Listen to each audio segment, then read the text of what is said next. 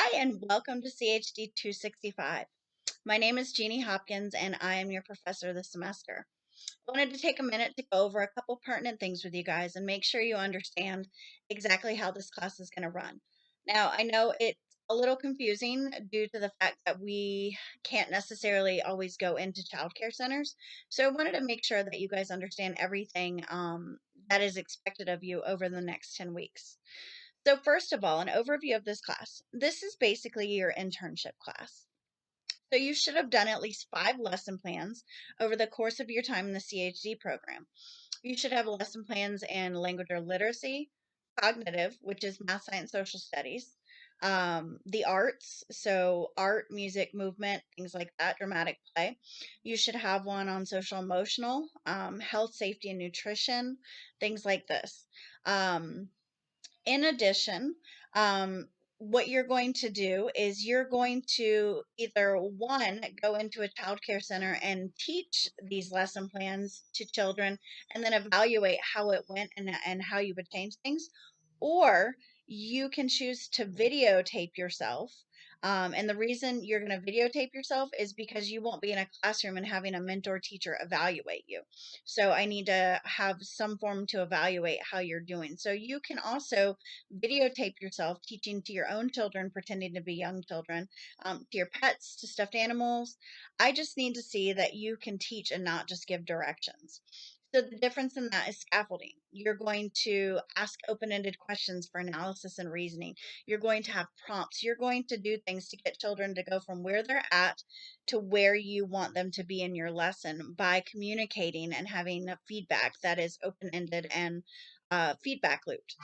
So you're going to do that in those one of two ways, either in a classroom or at your house, and videotaped for all 5 lesson plans. A part of your lesson plan is going to be your evaluation. So you have not done this previously. So keep in mind, you're not just going to submit old lesson plans you've already done. You're going to want to look at the lesson plan assignments, and you're going to want to make sure that you transfer all your information into the newest template possible, which is the one that is found in the assignment folder for each of the lesson plans.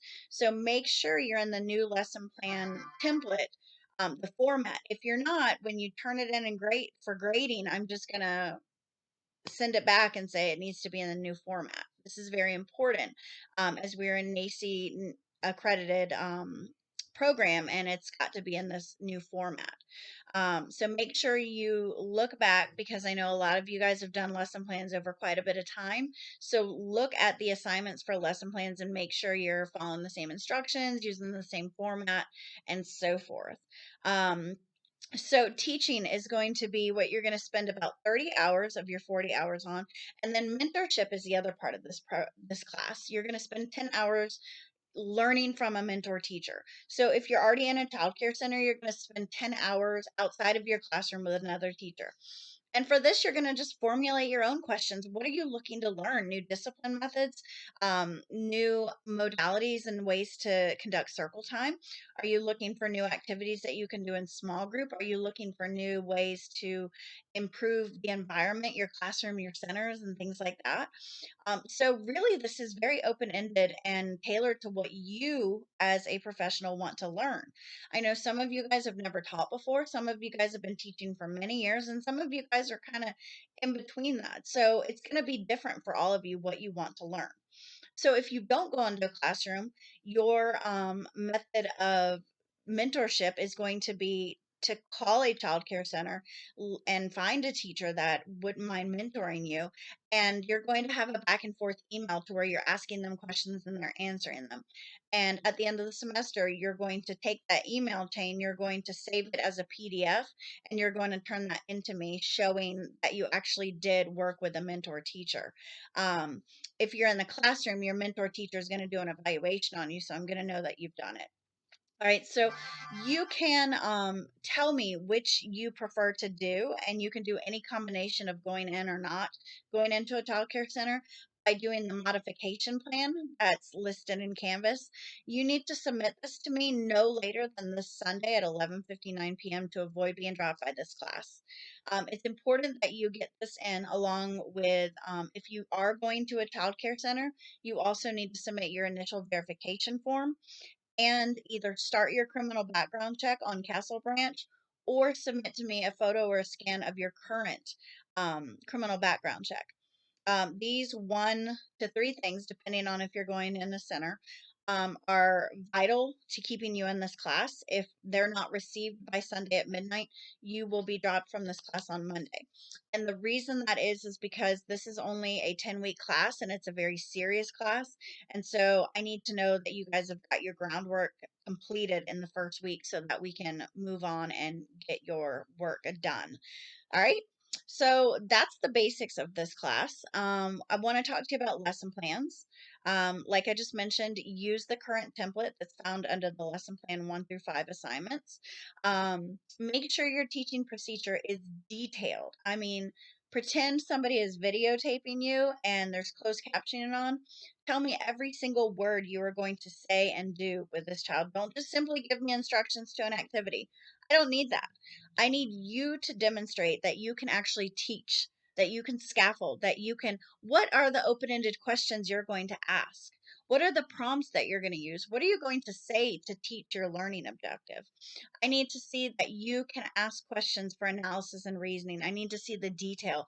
I need to see also that you can align your activity with the learning standards from either milestones of child development, Virginia Foundation blocks, or milestones of not milestones, Virginia Standards of Learning, or SOLs, depending on what age group you're working with. All right, so if you have any questions, or need clarification, I don't want you guys to feel like because you're online, you're kind of out there by yourself. I have Zoom and you guys are totally accessible to me anytime. You can so Zoom is an online platform to where we can video chat, we can screen share. I can look through your lesson plan and give you feedback just like I was sitting next to you in my office.